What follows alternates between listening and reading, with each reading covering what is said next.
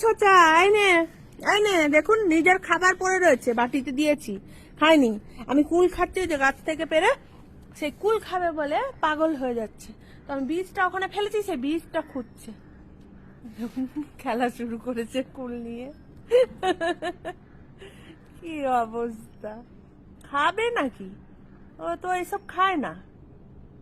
ওই মা খাচ্ছে যেহেতু ভাবছে কি কি জানি বাবা, খুবই একটা ভালো জিনিস হয়তো মা খাচ্ছে, তা আমাকে খেতেই হবে।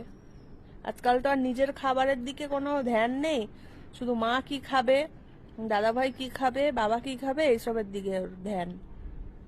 এই দেখুন, জীবনে কুল টুল খায় না। আজকাল আবার এইসব রোগ ধরেছে ওনার। ও বাবা খাচ্ছে, দেখুন দেখুন অবস্থা, কুটকুট করে কেটে কেটে খাচ্ছে। ও বাবা কতটা খেয়ে নিয়েছে দেখুন। এই ছেলেটার কি হয়েছে মাথাটাতে? ছেলেটা মনে হচ্ছে একটু মাথাটা ডিস্টার্ব হয়ে গেছে।